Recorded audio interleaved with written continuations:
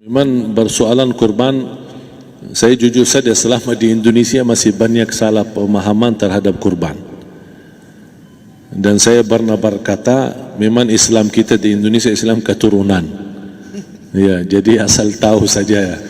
Ya, tapi dari segi belajaran, mohon maaf ya kita terlalu jauh terhadap pemahaman. Yang saya maksud, kita melaksanakan sesuatu tapi kita sudah belajar, sudah tahu, bukan hanya asal saya dengar, saya lihat, saya bukan sebatas itu, tapi kita punya dasarnya.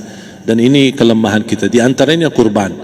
Saya pernah mendengar, bukan malah sering mendengar soal kurban dihitungkan beroran. Jadi keluarga suami istri sama 5 anak berarti jumlah 7, wajib sapi.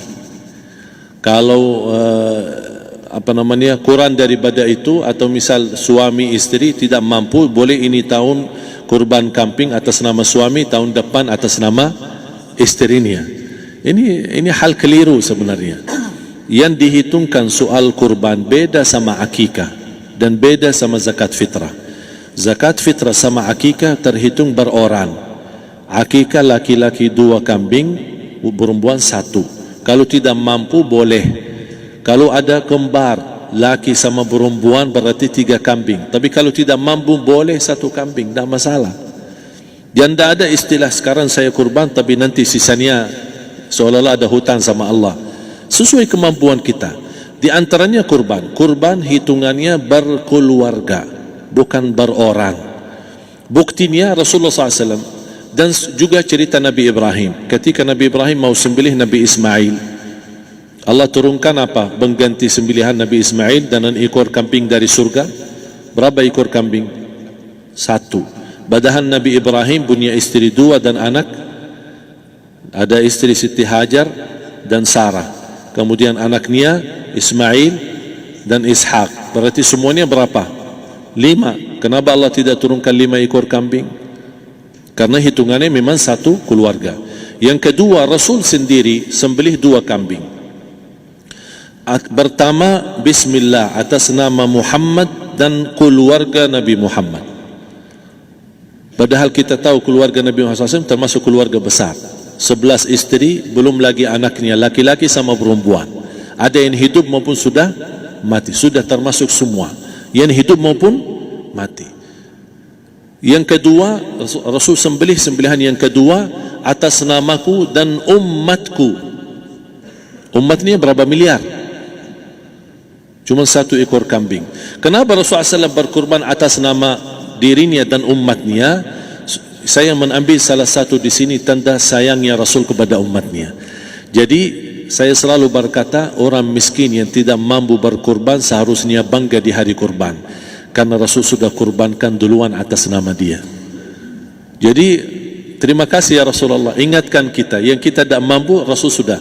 Bahkan kalau Rasul sudah kurban atas nama umatnya yang tidak mampu, berarti sudah terkabul. Kita aja belum tahu kabul atau tidak kalau kita berkurban. Tapi kalau Rasul sudah terjamin makbul. Oleh sebab itu, hitungan kurban itu adalah 1 keluarga. Misal, bapa punya istri, punya anak. Itu kalau mampu sapi silahkan. Mampu 1000 sapi silahkan.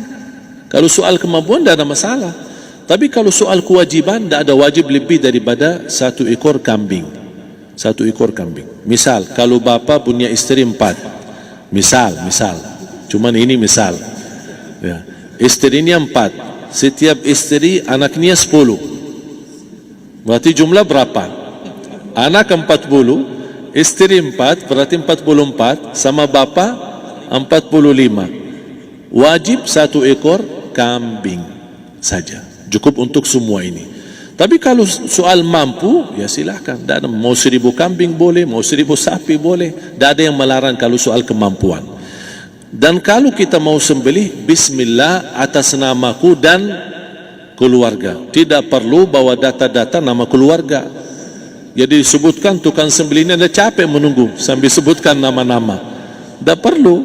Udah Bismillah atas namaku dan keluarga. Termasuk kata atas namaku dan keluarga, termasuk orang tua yang sudah meninggal. Termasuk orang tua yang sudah, karena kita adalah hasil daripada orang tua. Itu sudah termasuk, tidak perlu kita sebutkan. Ada sebagian ulama membolehkan kalau kita mampu, mau khusus kambing atas nama orang tua, tidak masalah kalau kita mampu. Tapi kalau kita tidak mampu, itu sudah termasuk orang tua kita bersama keluarga besar kita. Ini salah satu kenikmatan, dan ini termasuk juga sedekah yang berguna bagi orang yang sudah meninggal di keluarga kita. Wallahu ta'ala alam. Dan juga masalah panitia, bisa kita mewakili kalau kita tidak mengerti sembelihannya dan tidak mengerti cara bagiannya. Tapi ada satu sunnah yang termasuk kehilangan sunnah ini, adalah banyak yang tidak mau makan dari hasil kurban, padahal itu sunnah Rasul. Dari akikah boleh makan, dari kurban pun boleh makan. Bahkan sunnah SAW dibagi 3. Sepertiga pertama dihadiahkan. Maksudnya kata dihadiahkan kepada orang kaya. Misal tetangga saya tapi orang kaya, dia bukan miskin, tapi boleh saling hadiah. Karena ada inti daripada hadiah silaturrahim. Ada keluarga kita termasuk mampu, tapi saya kasih, ini alhamdulillah saya sembelih sapi. Barangkali dia tidak mampu, cuma sembelih kambing. Udah, kita dapat daging kambing, dia dapat daging sapi. Tapi dengan niat hadiah, bukan sedekah, karena dia bukan orang miskin yang menerima sedekah. Yang sepertiga yang kedua adalah sedekah. Sedekah itu termasuk orang miskin. Yang ketiga, kita makan sendiri. Bahkan Rasulullah SAW selepas Idul Adha, beda sama Idul Fitri. Sebelum Idul Fitri dia makan kurma, meyakinkan batalan puasa.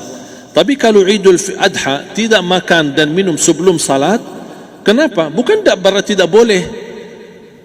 Tapi Rasulullah SAW ingin pertama pembukaannya, buka sarapannya atau makan di pagi harinya selepas Idul Adha adalah dari hasil sembelihan kambing itu atau dari kurban.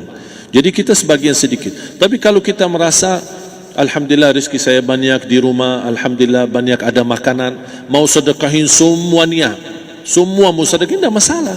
Tapi yang saya maksud, kenapa tidak kita sekali-kali hidupkan sunnah Rasul? Jadi sebagian, walaupun ada sebagian sedikit lah, buat istilahnya sama sedikit porsi nasi atau apa, karena kita berhak sebagai kita kurbankan lillahi ta'ala, kita berhak menikmati kurban ini yang lillahi ta'ala supaya kita mendapatkan keberkahannya, bukan hanya orang lain. Terus yang kedua ada masalah pembayaran. Kalau kita wakili panitia, boleh kita pesan sama panitia, tolong sedikit dari kurban saya minta buat saya makan. Itu tidak masalah, kita boleh minta.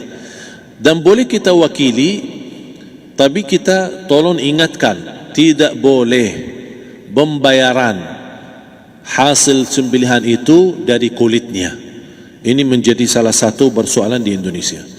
Banyak tukang sembelih datang, ketika kita tawarkan untuk sembelih ini, berapa Pak?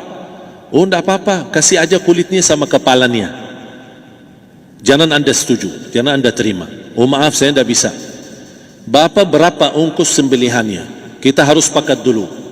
Tidak, saya ikhlas, tidak apa-apa, seikhlasnya. Tapi yang penting kepalanya sama kulitnya. Itu aja yang saya minta, yang lain tidak apa-apa. Tidak boleh. Tidak boleh. Kenapa? Karena ini kurban. Kata kurban berarti lillahi ta'ala, bukan untuk jual beli. Kalau kita sudah bayar dari bagian kurban, berarti bukan lillahi ta'ala. Harus kita jaga amalan itu. Tapi bagaimana cara jalan keluarnya? Kita harus sepakat, ijab kabul. Sepakat dulu, Pak, saya udah begini, saya kasih untuk sembelihan 50.000. Bapak setuju? Ya udah setuju. Selesai kan? Sudah sembelih, sudah potong, sudah semua. Lepas ini semua, kita kasih ongkos 50.000 ongkos sembelihannya.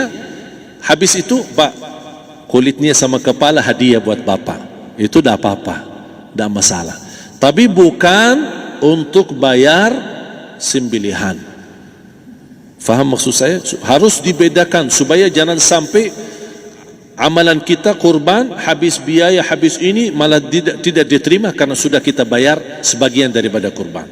Saya silahkan bayar apa yang kita sepakati, mau hadiahkan kepada dia, karena kita tidak bisa guna. Buat apa yang kita mau gunain kulitnya? Tidak bisa. Tapi mereka, buat mereka lebih berguna, oleh karena itu kita bisa hadiahkan untuk mereka. Bahkan kita bisa juga kasih daging untuk mereka bisa menikmati sebagai sedekah. Wallahu taala alam.